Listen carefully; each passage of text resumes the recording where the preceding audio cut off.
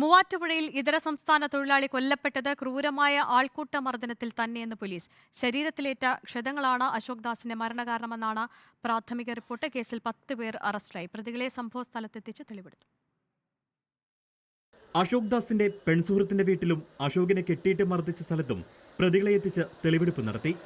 വഴിനീളെ അശോകിനെ നേരിടേണ്ടി വന്ന ക്രൂരപീഡനം പ്രതികൾ പോലീസിന് മുന്നിൽ വിവരിച്ചു.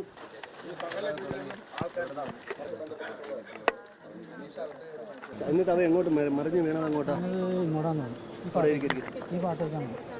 തെറ്റ് ചെയ്തിട്ടില്ലെന്നും കേസിൽ പെടുത്തിയതാണെന്നും മുൻ പഞ്ചായത്ത് അംഗം കൂടിയായ പ്രതി.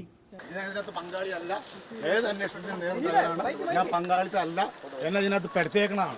വ്യാഴാഴ്ച രാത്രി വീട്ടിലെത്തിയ അശോകും പെൺസുഹൃത്തും തമ്മിൽ തർക്കമുണ്ടായി. തർക്കത്തിൽ വീട്ടിലെ ചില്ല് അലമാര ഇടിച്ചു പൊട്ടിച്ച അശോകന്റെ കൈമുറിഞ്ഞു.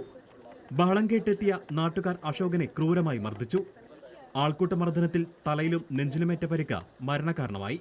തലയിൽ ചോര കട്ടപിടിച്ചെന്നും ശ്വാസകോശം തകർന്നെന്നും പോസ്റ്റ്മോർട്ടം റിപ്പോർട്ടിൽ. മൂവാറ്റുപുഴ ജനറൽ ആശുപത്രി സൂക്ഷിച്ചിരിക്കുന്ന അശോക് ദാസിന്റെ മൃതദേഹം ബന്ധുക്കൾക്ക് വിട്ടു നൽകും. റിപ്പോർട്ടർ, കൊച്ചി.